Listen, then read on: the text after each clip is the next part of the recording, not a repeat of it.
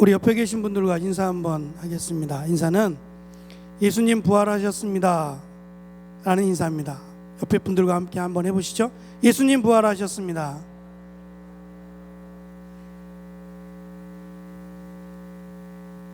예수님 부활하셨습니다.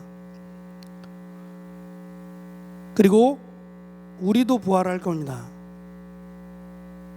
우리가 이 땅을 영원히 살 게 아니라 주님이 오시면 또 우리의 생명이 끝나면 우리는 예비하신 하나님의 나라로 갈 겁니다. 거기서 모두 다 만나기를 소망합니다.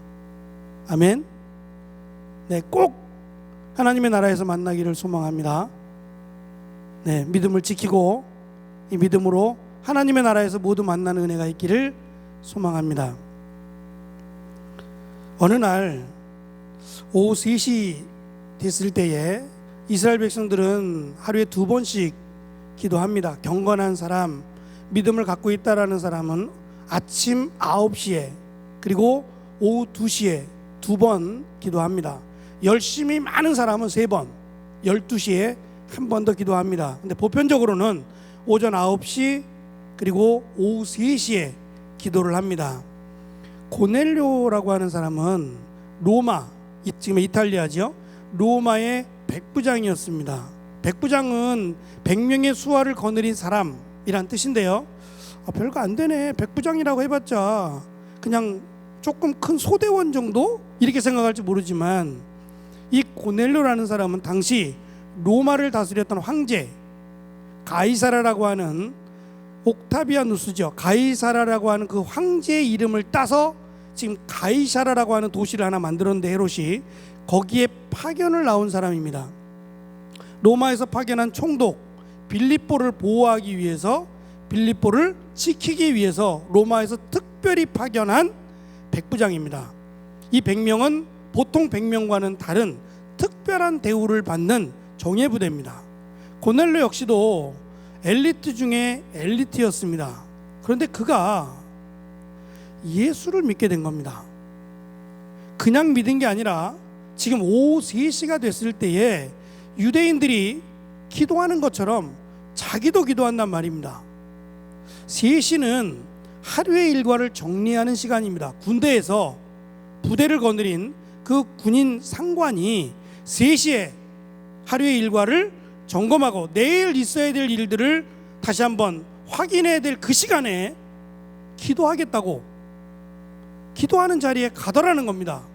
만약에 100명의 수하들 가운데 다 이방인들이지만 이 로마의 군인인 100명의 수하들 가운데 나쁜 마음을 먹었다라고 하면 고발할 수 있습니다. 왜냐하면 로마는 황제를 신으로 섬겼기 때문입니다. 황제를 신으로 섬겼던 로마에서 파견된 백부장 고넬료가 예수를 믿는다고 하는 것은, 이것은 생사가 위험할 정도로, 생명이 위험할 정도로 굉장한 일이었습니다. 그런데 정한 시간 오후 3시만 되면 고넬료는 기도의 자리로 나아가더라는 겁니다. 그리고 기도합니다. 나에게 믿음을 달라고 말입니다. 자기는 예수를 본 적이 없습니다. 들은 적만 있는데 더 알고 싶고 더 만나고 싶은데 어떻게 하면 좋겠는지 이렇게 기도를 합니다. 그때 주의 천사가 나타납니다. 천사가 나타나서 기도 가운데 고넬료에게 53km 정도 떨어진 요빠라고 하는 곳에 가면 베드로라고 이름하는 시몬이라는 자가 있으니 그를 데려다가 말씀을 들으라는 겁니다. 그래서 고넬료는 서둘러서 부하 2명과 자기의 수하들 가운데 경건한 사람 하나 3명을 53km 떨어진 요빠로 보냅니다. 지금처럼 교통이 이렇게 편한 그런 데가 아니다 보니까 하루 이상이 걸렸다고 해요. 그 다음날 12시 정도가 되어서야 요빠에 도착합니다. 12시에 요빠에 도착했을 때에 베드로는 기도하고 있었습니다. 제가 하루에 3번 기도하면 특별히 경건한 사람이라 그랬는데 베드로는 하루에 3번씩 기도했던 것 같아요. 오전 9시, 12시, 오후 3시. 그래서 12시에 기도할 때 하늘에서부터 환상이 보이기 시작합니다. 그 환상은 큰 보자기 같은 게 이렇게 내려오는데 그 보자기를 펼쳐보니까 그 안에는 여러 가지 유대인들이 그 제물로 쓰였던 소도 있고 양도 있고 뭐 염소도 있지만 돼지도 들어 있는 거예요. 또 닭도 들어 있는 거예요. 돼지나 닭은 유대인들의 입장에서는 부정한 짐승이거든요. 그런데 이 돼지나 닭 같은 또는 기어다니는 거 또는 날아다니는 이러한 짐승들이 가득히 들어 있었는데 이것을 먹으라는 거예요. 잡아 먹으라는 겁니다. 양이나 소나 염소를 먹으라고 했으면 잡아 먹었을 겁니다. 그런데 자기들은 만지기도 싫고 생각하기도 싫은 부정한 것들까지도 다 잡아서 먹으라고 하니까 베드로가 거절합니다. 싫습니다. 제가 이것을 어떻게 잡아 먹습니까? 거절을 하니까 다시 보자기가 올라가고, 두 번째 또 다시 보자기가 내려왔는데 똑같은 것들이 들어 있습니다. 또 잡아 먹으라는 겁니다. 이렇게 3번이 반복되는 동안 베드로는 한 번도 순종하지 않습니다. 싫습니다. 저는 부정한 것을 먹지 않습니다. 이것이 옳다고 생각한 겁니다. 하나님께서 부정한 것을 정해줬으니 이 부정한 것을 먹으라고 하시는 하나님이 잘못이다. 그러니 나는 먹지 않겠습니다 라는 것이 베드로의 생각이었습니다. 그런데 하나님께서 하신 말씀은 내가 거룩하다고 한 것을 내가 왜 이제 부정하다고 여기느냐라는 거였습니다. 하나님이 거룩하다 하면 거룩하고 하나님이 부정하다 하면 부정한 것이 되는 거지, 하나님이 과거에 부정하다고 했다 그래서 지금도 여전히 부정하다고 생각하는 것, 그것은 잘못이라는 겁니다. 이 환상이 지나갔을 때쯤 고넬료가 보냈던 3사람이 도착해서 자기들이 여기에 온 이유를 설명하기 시작합니다. 자기의 상관인 고넬료가 요빠로 가면 베드로라는 사람이 있는데 그 사람을 만나 데리고 오라고 하더이다. 베드로가 그 이야기를 듣고 함께 가이사라로 가게 됩니다. 그리고 나서 이제 베드로는 하나님께서 보여주셨던 3번의 환상이 어떠한 의미라는 것을 깨닫기 시작합니다. 부정하다 여기는 것, 이 부정하다 여기는 것도 하나님은 사랑하신다는 겁니다. 그냥 사랑하는 게 아니라 하나님의 말씀을 듣기를 원하여, 하나님의 음성을 듣기를 원하여 기도하는 그 고넬료를 하나님은 사랑하셨다는 겁니다. 그래서 그에게 복음을 전하라고 하십니다. 그 결과가 뒤에 나오는 44절부터 48절의 내용입니다. 우리가 읽은 말씀은 베드로가 이들 고넬료와 그의 가족들, 그의 친구들을 다 모아놓고 기다렸는데 그들에게 한 설교가 우리가 읽은 말씀이고, 이 말씀을 듣고 난 뒤에 어떠한 결과가 일어났는지가 44절부터 나옵니다. 한번 보시지요.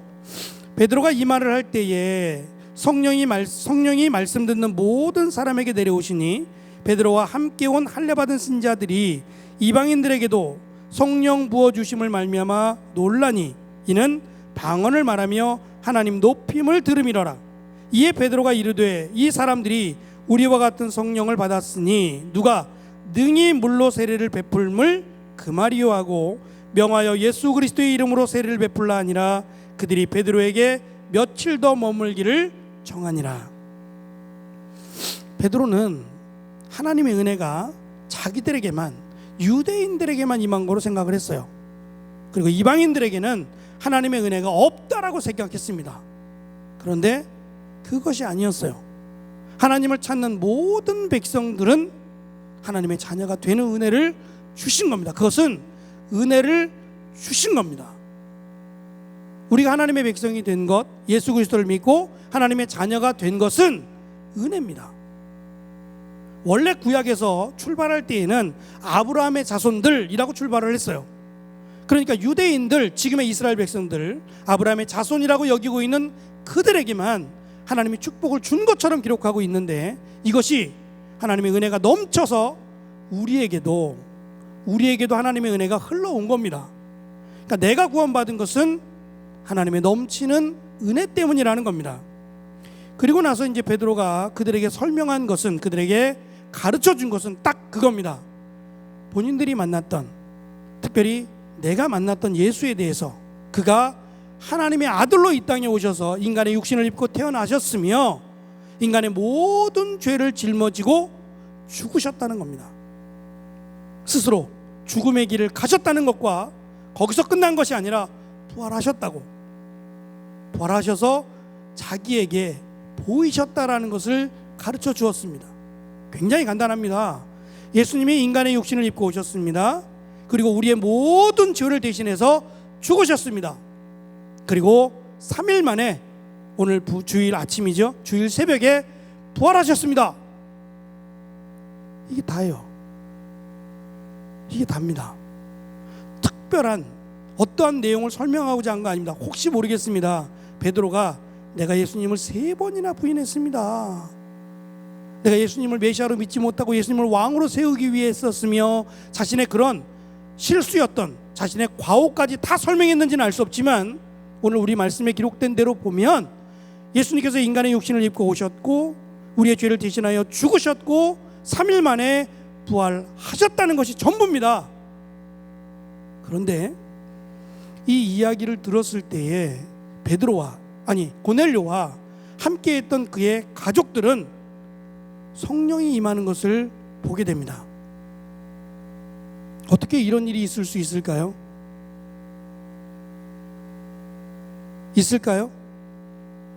이러한 일이 있을 수 있을까요? 본 적도 없고 그냥 이야기만 듣는 겁니다. 베드로의 입을 통해서 그냥 이야기를 듣는 겁니다. 물론 베드로는 자신이 직접 보았고 자신이 직접 경험했으니까 더 확신 있게 얘기했을 게 분명합니다. 그래도 우리가 알고 있는 겁니다. 너무도 당연히 알고 있는 그 내용을 베드로는 전했는데, 그 이야기를 듣고 모였던 고넬료와 그의 가족과 친구들은 성령의 임함을 경험하기 시작합니다. 여기에 하나님의 은혜가 있습니다. 하나님의 역사는 여기서부터 출발했고 여기서 끝납니다. 또 다른 무언가를 통해서, 다시 말하면 예수님께서 제자들에게 기적을 일으키는 방법을 소개한 적도 없습니다. 너희들은 전도할 때 이렇게 하면 전도가 쉬울 거야 라고 말씀하신 적도 한 번도 없습니다. 너희가 보고 너희가 들은 것을 그대로 전하라는 것이 전부였습니다. 그리고 베드로는 그것을 전했을 뿐입니다. 그런데 여기에 성령의 역사가 일어나기를 시작합니다. 그런데 그 성령의 역사는 단순히 어떤 열광적인 그런 게 아니라 회개하기를 시작했다는 말입니다. 우리의 죄를 대신하여 죽으신 예수님, 그리고 3일 만에 부활하신 그 주님에 대한 얘기를 들을 때에 그들은 회개하기를 시작합니다. 그래서 베드로가 말합니다. 이들에게 물로 세례를 주는 것이 합당하다고 말입니다. 당연히 물로 세례를 주어야만 된다라고 말을 합니다. 예수 그리스도에 대한 이야기를 들을 때 그들은 회개하기를 시작하고 가슴이 뜨거워지는 것을 느꼈습니다. 오늘은 부활주일입니다. 예수님께서 십자가에 달려 죽으시고 3일 만에 부활하신 날을 기념하는 부활주일입니다. 그런데 이 부활주일은 단순히 기념이 아니라 우리의 전부여야만 합니다. 나를 위해 죽으심 그리고 부활하심이 없었다면 천국이 없기 때문입니다. 그래서 기독교라고 말하면 그 전부는 십자가와 부활입니다. 이것이 없다면 기독교가 될 수도 없고 천국도 무의미한 것입니다. 우리가 태국을 가려고 하는 것은 여행을 가는 게 아닙니다. 예수 그리스도를 증거하기 위해서 갑니다. 어쩌면 말도 짧습니다. 저도 태국어를 하나도 모릅니다. 몰라서 태국어 강의라고 하는 동영상을 이렇게 받아놨어요. 봐도 모르겠어요. 글씨도 왜 그렇게 쓰죠? 그리지도 못하겠어요. 그래서 자신이 없어요. 제가 가서 안녕하세요? 또 무슨 말을 할 수 있을까요? 겁도 납니다. 그런데 말을 잘하지 못해도, 내가 유창하게 설명하지 않아도 우리는 이미 그들이 변화되는 모습을 보았습니다. 예수께서 우리를 대신하여 죽으셨고 부활하셨다는 그 말 한마디로도 충분히 복음이 전달되기 때문입니다. 그리고 생생한 복음의 현장을 우리는 다시금 가려고 합니다. 지난 주일입니다.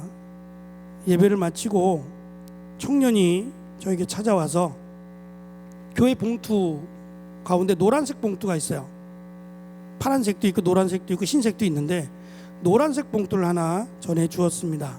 그러면서 저는 직접 참여할 수 없어서 참여하는 친구들을 돕고 싶다는 마음으로 후원하겠습니다 라고 하고 봉투를 건네줬습니다. 제가 바빠서 확인을 못하고 이렇게 넣어놨다가 태국 모임 때 그 봉투를 열어봤습니다. 50만 원이 들어있었어요.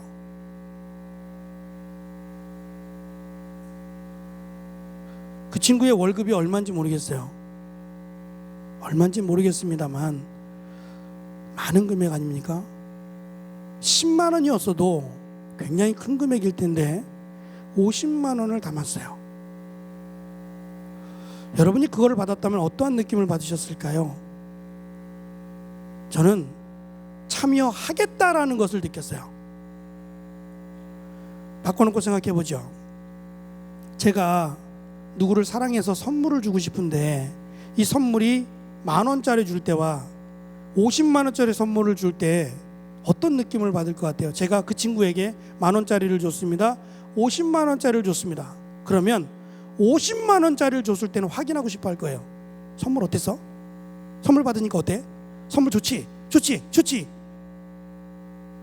50만 원짜리니까요. 더 많이 기도할 거란 얘기입니다. 더 많이 관심을 가지고 참여할 거라는 생각이 들었고요. 하나님께서 우리의 길을 인도하시는구나 라는 생각을 했습니다.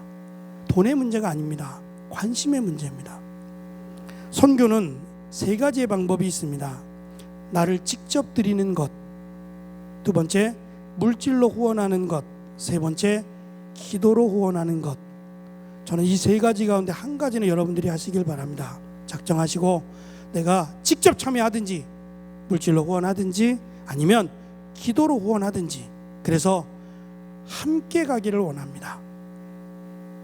발로 2발로 가는 친구들도 있겠지만 마음으로 가는 친구도 있겠고 기도로 함께 동참하여 가는 친구들도 모두 되었으면 좋겠습니다. 그래서 태국 선교가 단순히 몇 명만 갔다 오는 그 정도가 아니라 우리 청년들이 함께 마음을 모아 그곳에 복음을 증거할 때 나타나는 하나님의 은혜, 그것에 나타나는 하나님의 축복이 임하는 현장이 되기를 소망합니다. 그리고 저는 다시 한번 그 생생한 복음의 현장으로 여러분을 초대하고 싶습니다. 사도행전은 28장으로 끝나지만 29장을 써내려가고 싶습니다. 우리는 복음의 증인입니다.